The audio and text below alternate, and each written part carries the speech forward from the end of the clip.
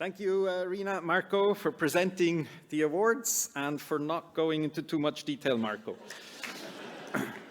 I would also like to take the opportunity to thank my faculty colleagues who were teaching on the GEMBA, but I will also like, if you help me again, thank all the support behind the scenes that allows the faculty to shine in the classroom, starting with the faculty assistants for their support, the program management team, I see Anne here, Samia, Safisa, Gael, Laure, Amandine, Estefania, Diana, Joanne, Mashael, Ad, and the entire degree program team who've been working behind the scenes in the last 18 months. Please help me again thank them with a round of applause.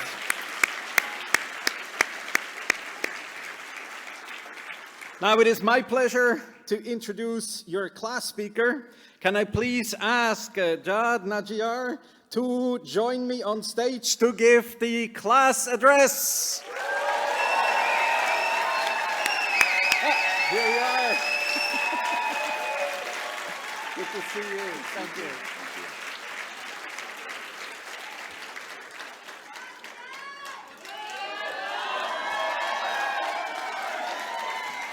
Thank you. Thank you. Dean Peyer, Dean Veloso, Iris Zamzoom, faculty and staff, operations teams, family and friends, alumni, distinguished guests and viewers around the world who are joining us virtually and physically, and to our 2024 GEMBA graduating class, welcome.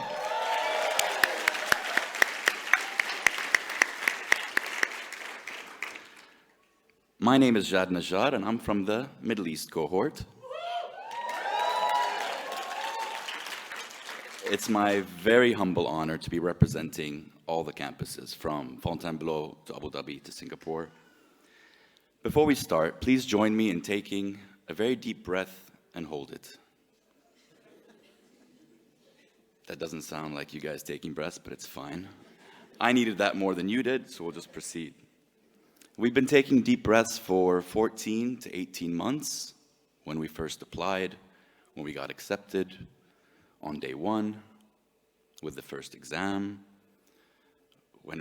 whenever we turn it in the app, every single time we're wondering, did we plagiarize or did we make it or not? I hope you take many deep breaths today and tonight and throughout the day and throughout the next coming days, because you should appreciate the gravity of this moment. Over the last year, how many of you have heard the following? I don't know how you're doing it. There's no way I could. And now a year later, they're asking you, you're graduating already? Oh yeah. We did it. We really did. Most of us, at least. There's a few of you, and I think you know who you are. It sounds like there's a lot of you, actually, but not to poke fun at the matter.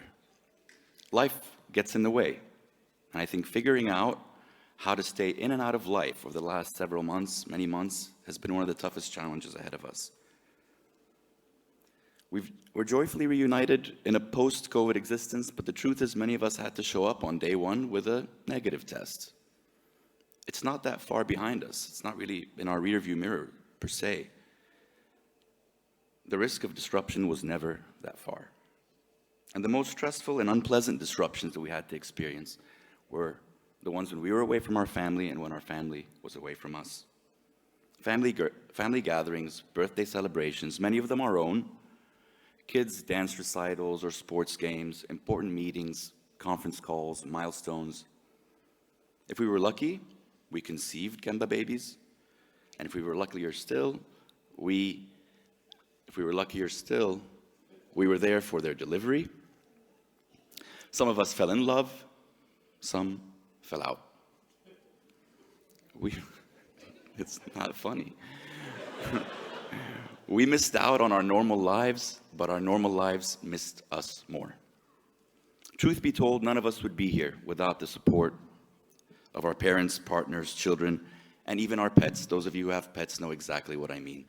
They understand us perfectly.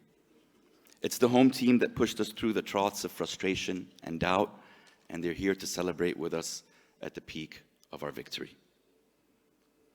What was it all for?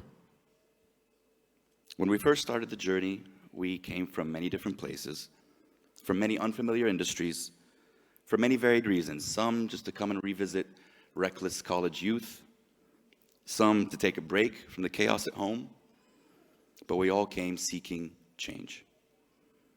Diverse perspectives, deeper meaning, more profound purpose. We hoped for broader and deeper understandings in disciplines, some of which we were familiar with, and some we were just beginning to explore. We sought to expand the boundaries of our capabilities. We yearned for connections with individuals who were similar and unlike ourselves, but who would color and enrich our worldview in perpetuity. It's safe to say we all changed. Consider the assumptions you had on day 1, or the assumptions you had on day 30, or the assumptions you had by the time electives came around, or where we started crisscrossing the world for the KMCs. Or better yet, consider the assumptions you had just 10 days ago in this very last chapter, as you started even still revisiting some of the biases and overcoming them. I speak for myself when I say that my confidence has improved dramatically, and I have the curriculum and all of you, my distinguished colleagues, to thank for having a more entrepreneurial outlook and approach to my career. And while everyone's journey has been unique, we are all humbled and more open-minded today than we were a year ago. We see the change in each other, and our home team sees the change in us. So as we get ready to turn the page on this most transformational chapter in our lives, I urge you to consider 2 truths. 1, it's not the end. The journey is just beginning. And secondly, empathy is the energy of the future. I recall a quote by Dean Kamen, the inventor of the Segway, in a Vanity Fair article from May 2002. He said, and I quote, "Entrepreneurship is often associated with success, and invention is usually associated with excitement. But over my life, the only thing consistently associated with entrepreneurship is failure. And the only thing consistently associated with invention is frustration. Whether we're going back to corporate sponsors, or moving in a new corporate direction, or investing in ourselves, our path to success will be undoubtedly frustrating and risky. They will require the full breadth of our creativity, the best of our ideas, and every ounce of energy to engage, execute, and enforce new order in a new world order." Another one of my favorite quotes: "With great power comes great responsibility." That's what Uncle Ben told a young Peter Parker, superhero, comic book, Spider-Man. We recognize our moral responsibility and newfound power to do good. If we are the fearlessly creative and confidently driven business leaders that I know we are, we can't wait for others to do it. If it's not us, then who? We're graduating with a seed that contains all the knowledge and experience we need to make an impact that reverberates across generations. It falls on us to plant the seed wisely, to water it caringly, and to nurture it relentlessly. That especially applies to the relationships that you've cultivated in the past months at GEMBA, and from which we derive so much love, advice, and inspiration. In acknowledging our mission is about the world around us and the impact we have on people, I come to my second point. Empathy is what will generate and sustain that momentum. The world is full of failed attempts at empathy. In advanced and emerging nations, basic needs of populations are unmet. Conflicts, not just the ones that make it to mainstream media, rooted in resource scarcity and economic collapse, political deadlock, and human despair, claim thousands of lives every year on every continent. Empathy is hard. It's hard with those we love, so why should it be easy with anyone else? Last week, it dawned on me that the opposite of empathy is judgment. Judgment is the opposite of empathy. And judgment is easy. It's like having that extra cookie or snack during the break, that extra gin tonic or wine or beer at Glasgow or Hidden Bar or Roots. If you want proof judgment is easy, Just have a look around you. The gender imbalance in our class reflects the fact that only 32% of senior leaders in companies are women. Less than a quarter in C-suites are women. The world is full of superhero moms, but the world is not yet ready to acknowledge their heroic potential in the workplace. Surely we must commit to a future where more of the women who shaped our dreams, mothers, sisters, wives, and daughters, can realize their dreams on their terms.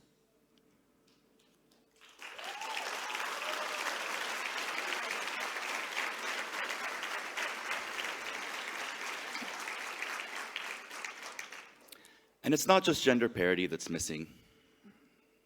It applies to ethnicity, cultural heritage, personality disposition, sexual preferences, others. We've all felt sidelined at some point in our lives. Maybe you knew it. Maybe you suppressed it. It felt bad when we were young, and it feels worse when we're older and should know better. We talk about psychological safety, but to be heard and acknowledged is rare. Because having an open mind takes effort. And listening to learn and to understand takes practice. Thankfully, there's a cure for judgment, and it's empathy's best ally. It's called education. GEMBA has empathy at its core. In finance, we put ourselves in the shoes of investors to understand value creation. We put ourselves in the shoes of competition to make choices for strategy. In marketing, opportunities are revealed when we understand the customer's perspective and their willingness to pay. Leading people to perform requires earning their trust.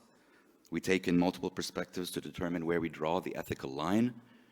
Our class represents 57 different nationalities and anywhere from less than 10 to more than 25 years of experience. The other day, I overheard a conversation between someone who said they were 2 years old when someone had started college. So we're the most international, the most intergenerational, the most interfunctional, and the most interesting EMBA there is, and it's why we all signed up. Even the Leadership Development Program, or LDP as we all know it, something unique to INSEAD, it's a place where learning is a function of your contribution. Whether we forged lifelong friendships or we're rejoicing because we never have to meet with that group again, we learned what to expect from people. There's good energy and there's bad energy. Surround yourself with people who will listen to you, understand you, empathize with you, and empower you, and reciprocate it generously. As Jim Carrey once said, the effect you have on others is the most valuable currency there is. Our true power is in our diversity, so master empathy. Wake up each day proud of who you are and determined to inspire genuine, independent thinking, to encourage dialogue where all opinions matter, free of bias, free of prejudice, to deliberate every relevant angle of a challenge, and to ultimately create an environment where the best idea prevails naturally. Some of my remarks today have touched on a grim world and reminded us how daunting our challenges are, but don't lose hope. It wasn't any worse on day one. I arrived to GEMBA carrying every insecurity and anxiety in my backpack, packed with every word of kindness and support from my family and my friends, and my experience helped me realize that I'm not just a cog in the machine, in the engine. I am the engine, and so is each one of you. Before concluding, I wish to plant one last exceptional truth in each of your minds. We are the last authentic human GEMBA class at INSEAD. Do you know why that is? Because ChatGPT did not write our admissions essays.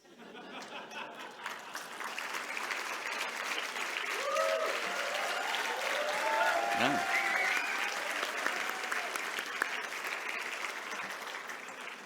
We did.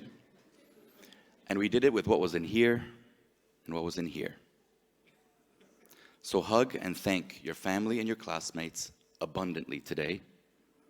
And tomorrow, when your head is banging with that inevitable hangover, take a long look in the mirror and remember your inner child's creativity, your adolescent self's appetite for risk, your young adult ambitions, all the friends you've made, and your enormous capacity for empathy. Thank you and congrats.